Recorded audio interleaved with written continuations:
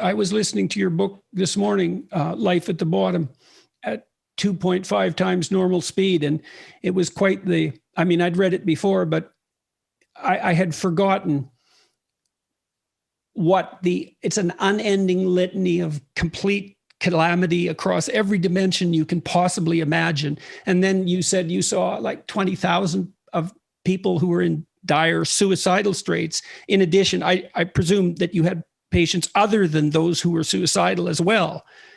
Yes, well, mainly because I was working in it was a general hospital. Then I would see organic patients with organic problems and a few others. People who'd been beaten by their partners. Oh, I saw that was standard, of course. I mean, I discovered that about 80% of the women whom I saw had suffered violence at the hands of their one or more of their sexual partners. Well, we could dig in there. You tell this story that's really quite interesting. So you're, and very, what would you say, liable, any discussion of it is liable to create controversy. So you talked about the women that you saw, the patients who chronically chose males who you could identify at a glance as extraordinarily likely to burst into violent, jealous rages and become physically violent. And you also point out that the markers for that were not precisely subtle, comparing the men that you were looking at, I believe, to your neighbor's tomcat who had been in enough fights. So his head was a mass of shredded ears and scars and missing an eye. And so these were men who had shaved heads, multiple scars from battles, often tattooed on their fists with blatant messages of nihilism or social rejection or anger or threats or curse words or so it wasn't exactly subtle. And you said that they invariably wore an expression of malign contempt, something like that. And they were people you would obviously give wide berth to in the street in broad daylight. Yet they were invariably tangled up with a woman or two or three or 10 who they were abusing serially. And the women seemed in some sense blind to this, but not only the underclass women that you were serving, but you also mentioned that was extraordinarily prevalent among the nursing staff. And so walk us through that and tell us how you make sense of that.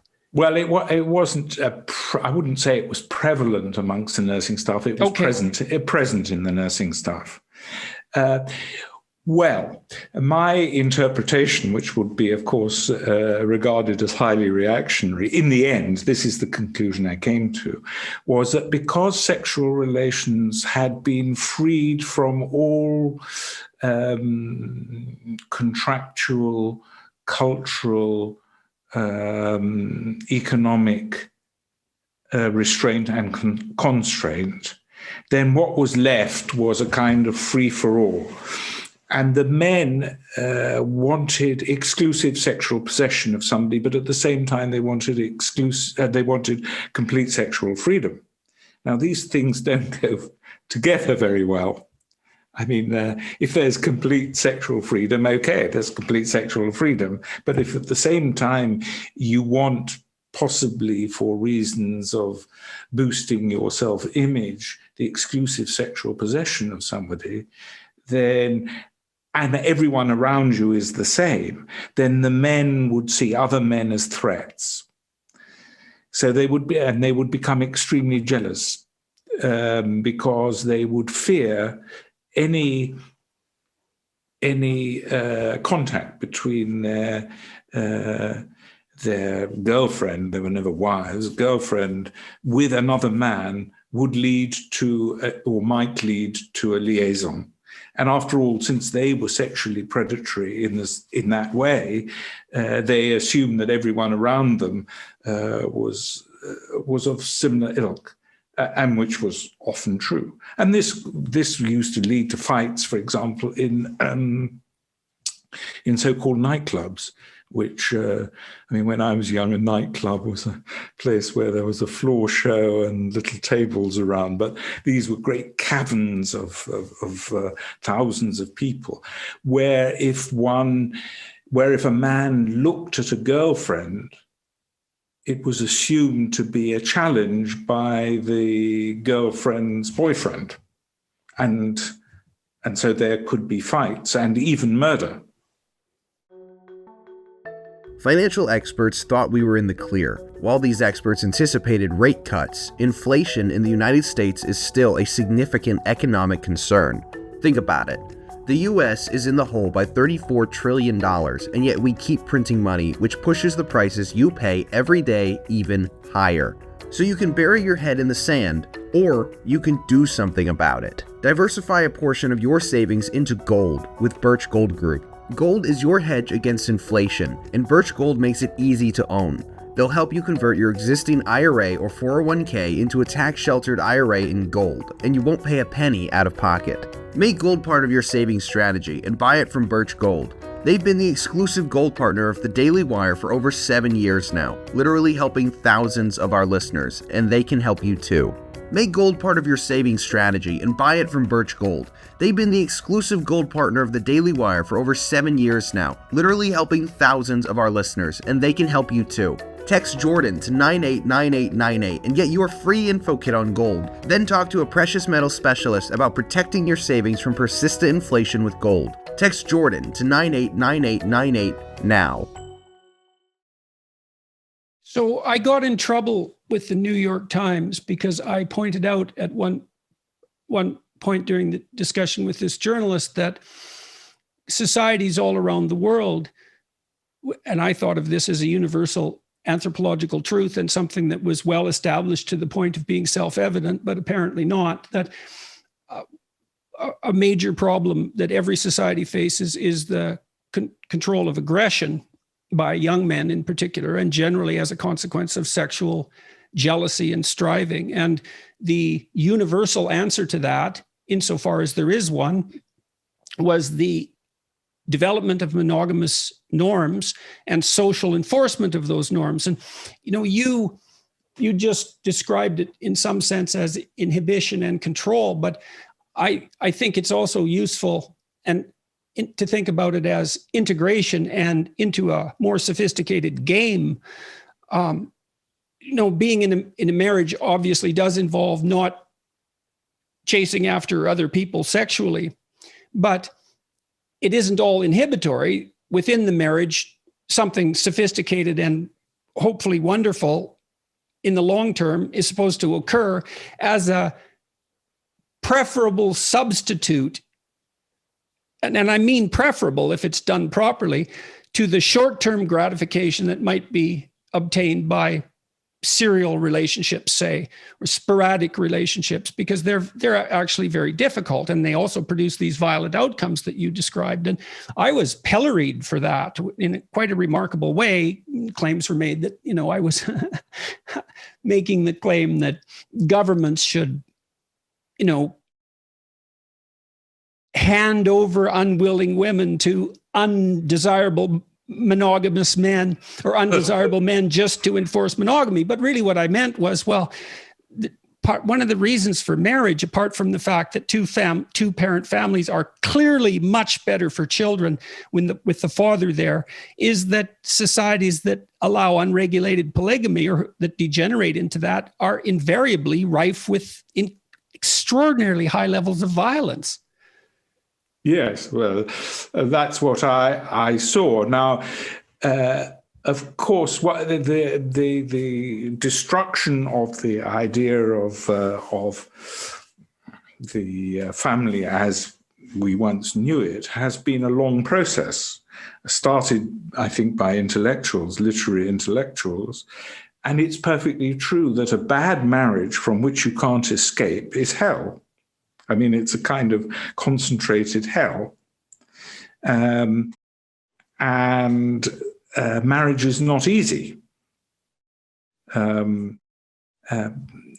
people thought, well, I think this is my explanation. They thought that there was, if we could get rid of all the inhibitions and restraints and frustrations, because there are frustrations, then the full beauty of the human personality would emerge, and we would associate with one another just by love and nothing else. And when love was over, then you just go on to something else, somebody else.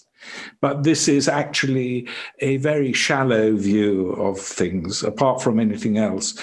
In a marriage, if there are difficulties in the way of ending a marriage, this gives you actual incentives to make it work.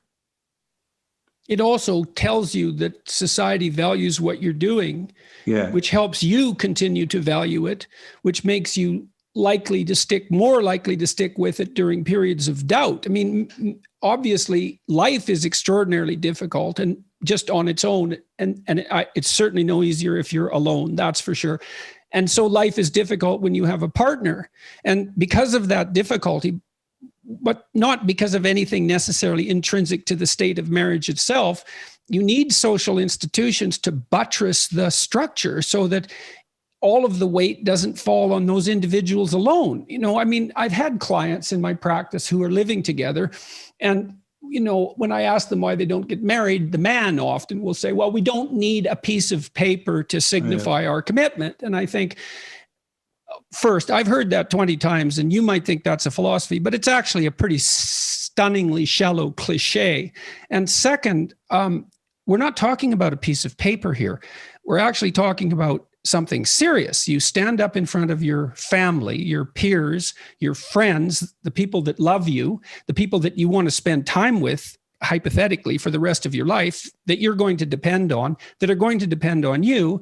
And you say, look, this is important. I want you to recognize it. We're now one thing. We're going to give it our best shot. And it would be nice if you support us. And that's not trivial. It's vital. And that's still why I think marriage may be less frequent, especially among the lower classes, than it once was, although cohabiting isn't, or perhaps it is as well. But romance movies that feature a wedding are certainly not any less popular. And marriage is still just as popular among the upper classes, which is something you also discuss in books like The Mandarins and the Masses, for example. You're not very happy with these philosophical discussions of freedom conducted by people, say, like Jean-Paul Sartre, and the absolutely catastrophic consequences of that unbridled thinking on people who are at the bottom of the hierarchy.